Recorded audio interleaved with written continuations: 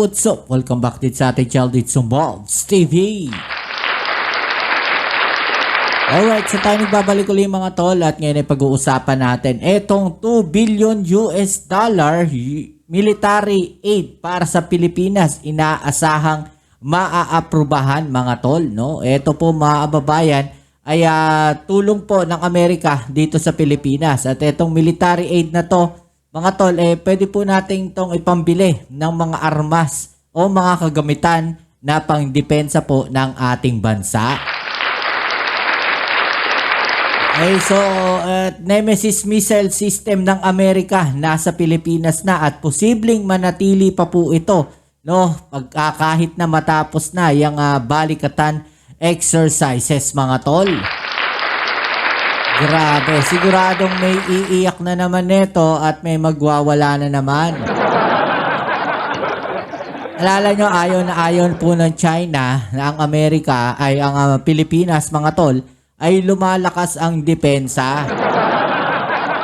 Ayaw po ng China yan kasi gustong gusto nila no, yung binubuli po ang Pilipinas. Diba kasi ano yan parang nasanay po sila no, na nakakagalaw sila ng malaya, no, nagagawa nila ng maluwag o ng malaya yung kanilang mga ginagawa diyan po sa West Philippine Sea. Diba? Naalala nyo no nakaraang administrasyon, malayang malaya nilang nagawa yung kanilang mga artificial island. Diba? Malayang malaya silang nakakapagpatrolya dyan sa West Philippine Sea. May nabalitaan ba kayo no nakaraang administrasyon na ganyan, hinaharas yung mga barko ng Philippine Coast Guard?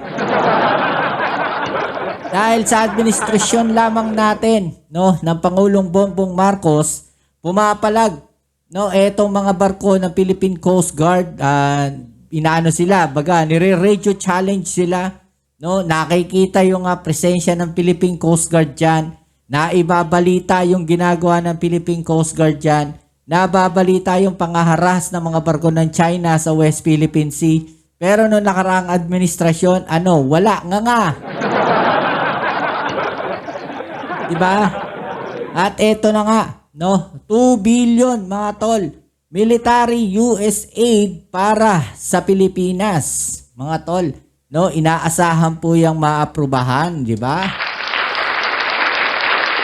Sasabihin na naman ng China, itong Amerika, pinapalala yung sitwasyon sa South China Sea. No, sinisira ninyo ang kapayapaan at estabilidad dito sa South China Sea. Okay, so bago natin umpisahan itong mga topic na to mga tol, please don't forget to subscribe, like, share, comment dyan sa comment section. At syempre, sa mga subscribers natin dyan, shoutouts po sa inyo. Ay, maraming salamat sa mga nagko-komento dyan shoutouts sa inyo. At syempre, no, basahin muna natin itong mga komento rito. Go, go, go Philippines. Thank you America. God bless us all America and Philippines. No, kaya pala pabalik-balik mga fighter jets dito sa Clark. Hindi kasi merong merong balikatan exercises kasama ata yung mga fighter jets na yan mga tol. At hindi ko alam kung tapos na yung training, no, yung exercises ng mga eroplano, hindi pa ata. Dapat mag-training ng mga pilot na new graduate para kung need, madali silang makontak at makatulong sa pagdami ng ating jets, fighters. God bless Philippines and United States. Yan mga tol. Oh, wow, ang laki. Thanks US, no? Yan. Okay tayo dyan para matuto din military natin sa modern technology. Tama naman. No, tama naman. Okay, so alamin na natin tong balita na to mga tol mula sa Bilyonaryo News Channel. Nasa bansa na ang ilang tropa at military equipment ng Amerika para sa darating na balikatan exercises. Nako, magwawala ang China neto mga tol. Bukod sa taunang joint drills, posibleng paigtingin pa ng Estados Unidos ang tulong militar nito sa Pilipinas. Wow. Ang detalye sa Agenda Report ni Francis Volpe. Yan, no? Paiigtingin pa ang tulong ng Amerika sa Pilipinas. Diba? Sa administrasyon lamang yan ng Pangulong Bongbong Marcos, mga tol. Paano tayo tutulungan ng Amerika nun? Minura-mura yung presidente. Taka natin, napakagaling mga tol, di ba? Presidente ka, tapos mumurahin mo yung presidente ng Amerika. Nasira tuloy yung microphone ko. Di wow. Murahin mo ba naman yung presidente ng Amerika? Buti hindi tayo ginera niya. Ay, tuloy natin. Kinumpirma ni Defense Secretary Gilbert Sodoro ang inaasahang pag-aproba ng $2 billion in military aid mula sa Amerika sa ilalim ng Trump 2.0. Yun, no? Trump 2.0. Maraming salamat sa Pangulong Trump ng Amerika, no? Dito sa military aid. Kasi akala natin di na tayo tutulungan, no? Dahil naka-freeze lahat yung suporta ng Amerika sa atin no nakaraan. Pero, eto, no? 2 billion military aid, no? Mula sa Amerika. Saan natin lalakas ang ating Philippine Army ngayon? Kahit pa sabihin natin utang yan mga tol, no? Malaking tulong pa rin yan sa Pilipinas. Kasi taon naman, no? Bago natin bayaran. Natural naman yun eh. Diba? Na kinakailangan natin ng mga ganyang utang. Lahat naman ng mga bansa may mga utang yan eh. Diba? Para makabili tayo ng mga armas. Diba? Mas maganda po yan mga tol. Para sa 2026 to 2029. Bukod pa ito sa naunang $500 million commitment mula sa nagdaang Biden administration. Ikinatuwa rin ng AFP ang pagbebenta ng 20 F-16 fighter jets ng Estados Unidos sa bansa. Yun, maganda tong update na to mga tol no nakaraan, diba? Ang daming fighter jets na ito. Actually, itong F-16 sa pagkakaalam ko, multi-role to. No, pag sinabi nating multi-role, pwede siyang magpatrolya, pwedeng pang combat, no? Itong mga eroplano na to. Maganda po 'yan, mga tol, Ayon kay AFP Chief of Staff Romeo Browner Jr., mahalaga ang mga ito sa territorial defense. Pero wala pang final decision si Pangulong Bongbong Marcos dito. Nalalapit na ring tanggapin ng Air Force ang 12 bagong FA-50 mula sa South Korea. Bago naman ang pagsisimula ng balikatan exercises sa April 21. Wow, no, may bago na naman tayong mga fighter jets, mga tol. Diba? Pangulong Bongbong Marcos lang ang patuloy na nagpalakas niyan, mga tol. Baalala nyo yung tatay niya rin ganyan more on yung Marcos Sr., mga tol, no?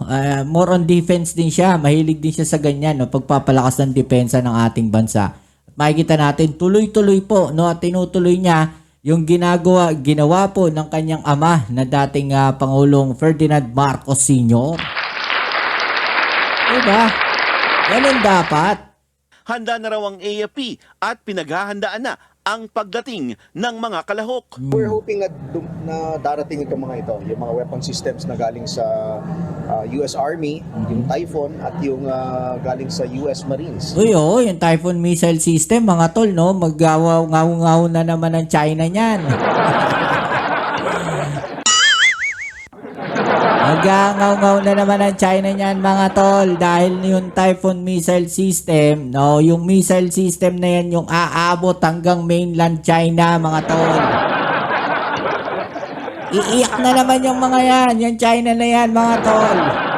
Takot na takot sila dyan Diba nanginginig sila sa takot dyan sa Typhoon missile system. Ilang beses nila kinundi na yan Diba? Dahil kailangan ay mag-train tayo dito sa mga modern weapons na ito, dahil nga kung sakali na someday we will get this weapon systems in our inventory, marunong na tayo kung paano natin gamitin ito.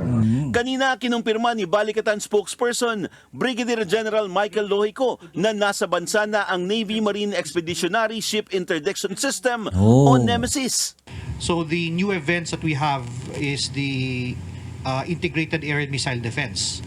So that's a new event, and we are going to be utilizing our air defense capabilities together with the United States. Yun, grabe, no? Nagsisidatingan na rin ang mga tropang makikilahok sa exercises, pati ang mga dagdag na bansang mag-oobserba. Yun. We are going to have active observers coming from So the dumadating na mga tol, ang mga tropa ng Amerika dito sa Pilipinas. Eh, nalalahok dyan po sa balikatan exercises na yan. Maganda po yan kasi malaking tulong yan, no, sa military natin dahil mas natututo tayo, no, ng iba't ibang taktika. Marami tayong natututunan pa bukod doon sa nagkaalaman na natin.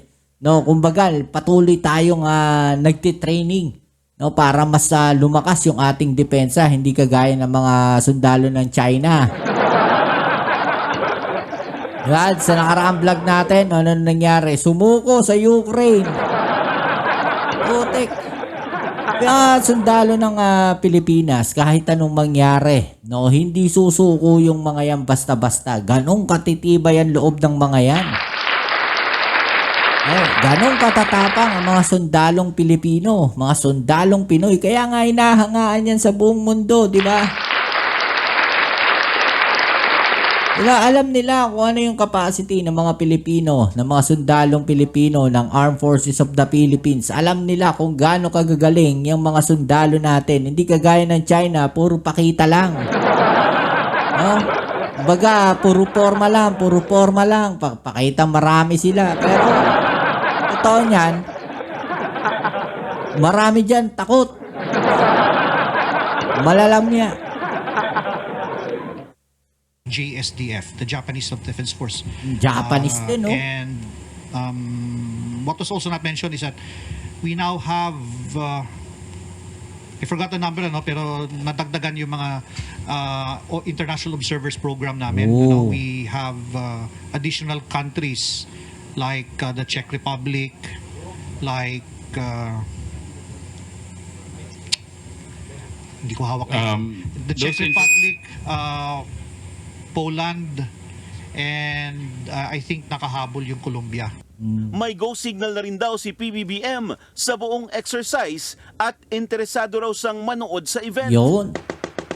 Grabe, no? Tiniyak din ni Lohiko na ang balikatan ngayong taon ay haharap sa may West Philippine Sea at Yun. Taiwan na inaasahang ikagalit ng China. Yeah, sigurado yan, mga tol.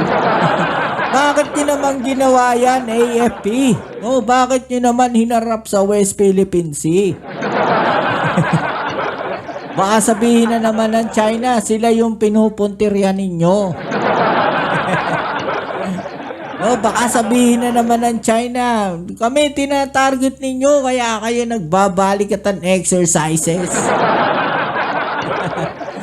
Ganon kagunggong tong mga Chinese na to, eh. No?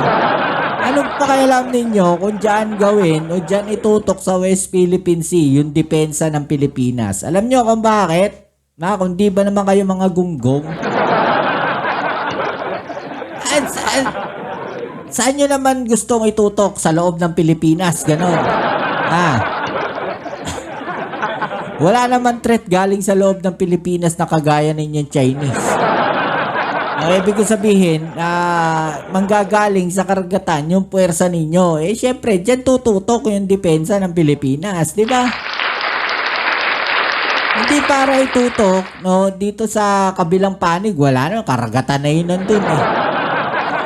Australia yun nandun, eh. Di ba, New Zealand yun nandun, eh. Kaalyado ng Pilipinas yan, eh.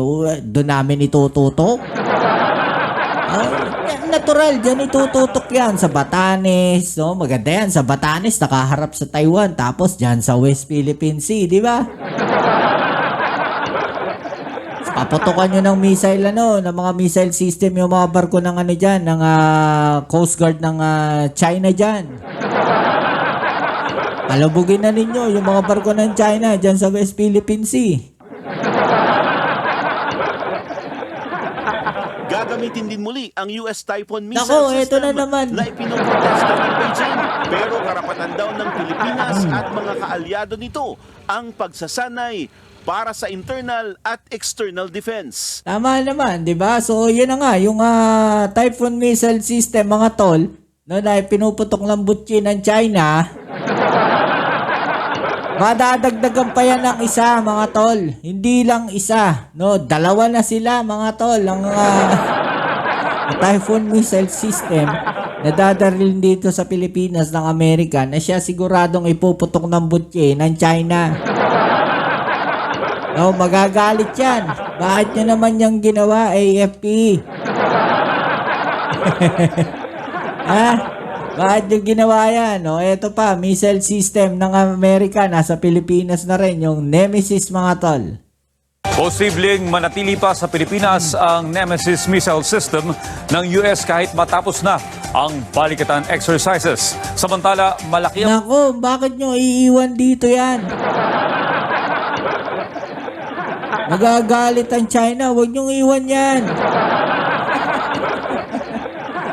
Nasabihin na naman ng China, naku, nadagdagan yung missile system sa Pilipinas. No, yung missile system ng Amerika, nililipat na sa Pilipinas. Ginugulo nyo yung estabilidad at kapayapaan sa South China Sea. Lagot kayo. Ipinaiyak nyo na naman yung China. Napayak nyo China kayo, ha? ang posibilidad na galing ng China ang mga submersible drone na narecover sa ating karagatan. Yan ang ulat ni Patrick De Jesus. Dumating na sa Pilipinas ang Navy Marine Expeditionary Ship Interdiction System o Nemesis Missile System ng US. Hindi sinabi ng AFP ang eksaktong lokasyon, pero magiging bahagi ito ng balikatan exercises ngayong taon na magsisimula na sa susunod na linggo. Yan o, ganyan-ganyan din yung ginawa, mga tol, doon sa Typhoon Missile System na kung saan dumating sa Pilipinas pero hindi isinapubliko kung saan nakapwesto. Kasi baka targetin ng China eh. No? Baka tirahin ng missile ng China yan, mga tol, no? Mahirap na. Eh, galit na galit ang China pag mayroong mga missile system ng Amerika dito sa Pilipinas eh. Inaasahan namang mananatili sa Pilipinas ang Nemesis Missile System kahit matapos na ang balikatan, gaya ng Mid-Range Capability o Typhoon Missile System na nasa bansa simula noong nakaraang taon at ginamit sa iba't ibang pagsasanay. If there's another exercise going in the Philippines shortly after Balikatan and that equipment is appropriate and requested for it by the AFP, we would certainly look to participate in that exercise as well.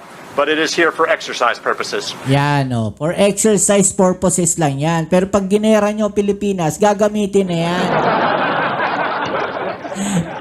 Ano ba? Andito yan. No, yung mga missile system na yan. No, para gamitin sa mga exercises, mga ganyan, sa mga drills, no, sa pagpa-practice, no, ng AFP, mga tol. No, pero pag ginera tayo ng China o may ginawang hindi maganda ang China, gagamitin na yung mga missile system na yan. Yun logic. Kaya galit na galit ang ang China kasi posibleng gamitin yan dito. Kaya hindi sila makagalaw ng hindi maganda sa Pilipinas eh. 'Di ba kung makikita ninyo? No, kasi natatakot sila eh. Anytime nandito na yung mga missile system na yan sa Pilipinas. Anytime pwedeng gamitin yan laban sa kanila. Yan yung kinakatakot ng China. Kaya ayaw nila na nandito yung mga missile system ng Amerika sa Pilipinas na naka-station na rito. Yan ang kinakatakot ng mga yan. Nababahag ang buntot nila dyan. Full-scale battle exercises ang Balikatan 2025 at lalahukan ng 14,000 tropang Pilipino at Amerikano kasamang observers sa iba pang mga bansa. Inaasahan na ng AFP na magkakaroon muli ng komento ang China. So yung mga missile system, kung sinasabing sa West Philippine Sea gagaw itatapat, ako yung mga missile system nakaharap na sa West Philippine Sea o nakaharap na sa China? Oh, gagalit ang China dyan, mga tol. We are agnostic to whatever reactions other countries may have with the exercise. But as I've always said, in all the previous exercises, every country, big or small, has the absolute and inalienable right to defend itself. That means that we also have a right to train for that defense and with the partners, our treaty allies. Samantala, mula sa Yun, no? Ano masasabi nyo dyan, mga tol? No? Itututok yung mga missile system ng Amerika sa China. Diyan po sa West Philippines. Grabe, no? Lalo magwawala China nito, mga tol. sabihin nila sila yung tinatarget ng balikatan exercises. Hindi ba naman mga tungaw to mga to eh. Siyempre, dyan daw tutok. Kaya nandyan yung ano eh. Nandyan yung threat, possible threat manggaling eh. Diba? Ano naman itututok ng ano yan, ng AFP. Itutok sa loob ng Pilipinas. Tutok sa Taiwan, ganun. Okay, so yan. Ano masasabi niyo dyan mga tol? Comment down sa ibaba yung mga opinion at magkita tayo sa ating next video upload. Dito mula yung Kuya Mobs, it's so Mobs TV. Peace. And now.